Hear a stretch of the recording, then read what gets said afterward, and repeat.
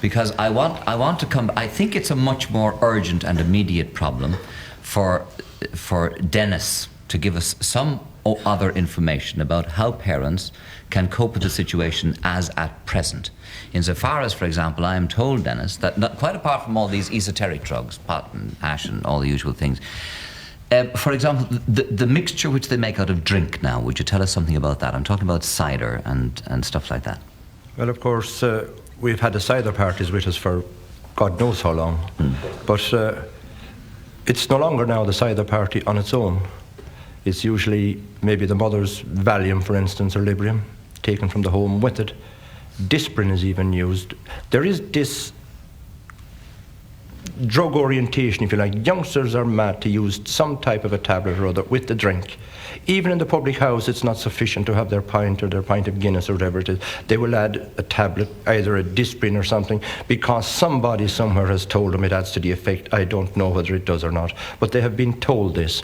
And incidents with cider parties and what perhaps there is a need for an education centre, if you like, for these young people to give them the hard facts of this. We've grown up with the impression that cider is a fairly harmless kind of drink, but in fact now it's not. I would bluntly call cider loony soup, even on its own. I would refer to it as... Even on its own? Even on its own, not to mention putting it with other drugs, you know. So in addition to the cider then, what are they mixing with it? They're mixing the readily available drugs like Librium, Valium, even Disprin. And what effect does this have on them then? It seems to perhaps make whatever they're taking more potent, whether it's in reality or whether it's psychologically or not, I don't know. But even youngsters now taking their Guinness at certainly around the average 18-year-old age group, they are inclined to mix even the barbiturates prescribed from their parents. And a lot of youngsters do not know that this is a fatal mixture, barbiturates and alcohol. Freddie Forsyth, I notice you are sitting there quite quiet, and I'm quite certain you've come up against drugs somewhere along the line in books or research or something. Not very much. I mean, I've obviously seen them in the Middle East mainly, extensively used. We're talking about the apathy syndrome. Just a historical note. For 5 centuries, the Arab world was at the pinnacle, architecturally, socially, culturally. They virtually invented algebra, made gigantic strides in astronomy, and then discovered hash. They swept out of Saudi Arabia and reached Morocco in 100 years. That was quite a conquest. They took Spain, they got as far as Tours in France, they damn nearly defeated Charlemagne. When they hit hash, in 100 years, they went back to a fly-blown, pestilential coast. Peaceful? No, sorry. The Barbary coast was not a peaceful coast. Christendom rose from about 1350 onwards. Permitted alcohol, no access to soporific drugs. And Christendom eventually ended up virtually ruling, through one empire or another, all the people who were on opium in the Far East, cocaine in South America, and hash in the Middle East. Absolutely right.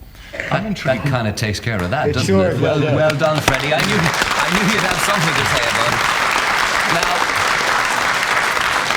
Okay, I'll give it another 5 since people seem to be interested. Another 5. All right, but Morgan, you wanted to say yes. Dennis mentioned a lack of education, and I was wondering, do people like the Guards and so on get enough support in the schools in terms of educating young people about Well, I know Dennis is doing a series of talks to parents and but he around seems schools. to be really a loner in that regard. There is a Health Education Bureau which have a good program for healthy living and attitude to life, etc. All right, yes, gentleman down the end of that row, yes, you wish to speak.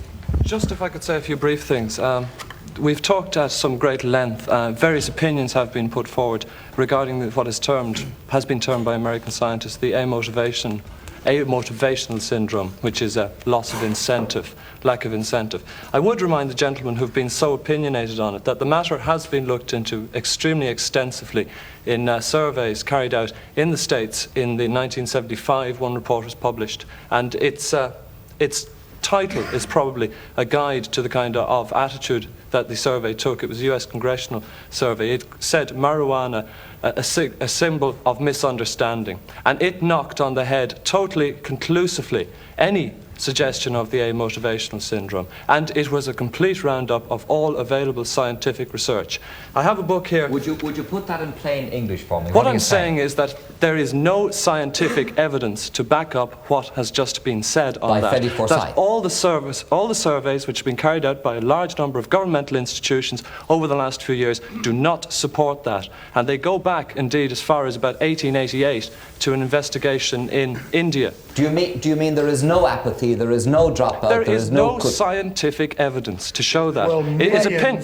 millions of unhappy and bewildered parents would contest that fact, buddy. Listen, because I live there. I'm sorry, I'm not in the business of making my personal opinions known. You just have. I am giving you proven facts that have been analysed by eminent scientists and people who are far better qualified than you and me to make opinions on I this am matter. saying that the And unhappy you and can- bewildered parents you are can make your qualified to own state opinion. their fact. You can stand there, and just because you are Rod Taylor, you can make your opinions known and possibly make them more credible than myself. Well, That just does look a not joint for mean you. that you are right.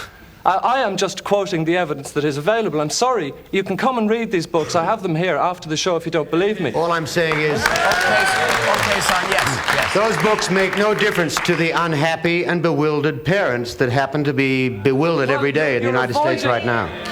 You are avoiding the issue in that case by blaming the situation of these parents on a drug when it may be due to other I'd like to factors, say something. and there is no evidence to prove what you're saying to lead Brian, it to a could you drug. make it quick and I'll snappy make a then, very please? quick Yes. statement here. Yes. The one thing that I don't want to create here, by any means whatsoever, is to make anyone feel guilty over the subject. It's very important, because one of the big things psychiatrists have to deal with is guilt. Now, if a parent is going to feel guilty over someone smoking hash, then I don't want to know about hash. What do you mean by that, Brian? I mean, I explain it then. Yeah. Okay. Hash is a minor drug of abuse. If I thought it was any good, I'd be smoking it myself. No, secondly, but you are totally convinced that it is harmful, is that what you're saying? It is not anywhere near as harmful as opiates or barbiturates, anywhere at all. Or All right. possibly, I couldn't really say. I want to do a very, very long survey on alcohol versus cannabis to make that statement. But I will say that it's this much. If I wanted to get on in life, I wouldn't smoke cannabis. If I want to get on in life, I wouldn't become an alcoholic. Okay. And so on.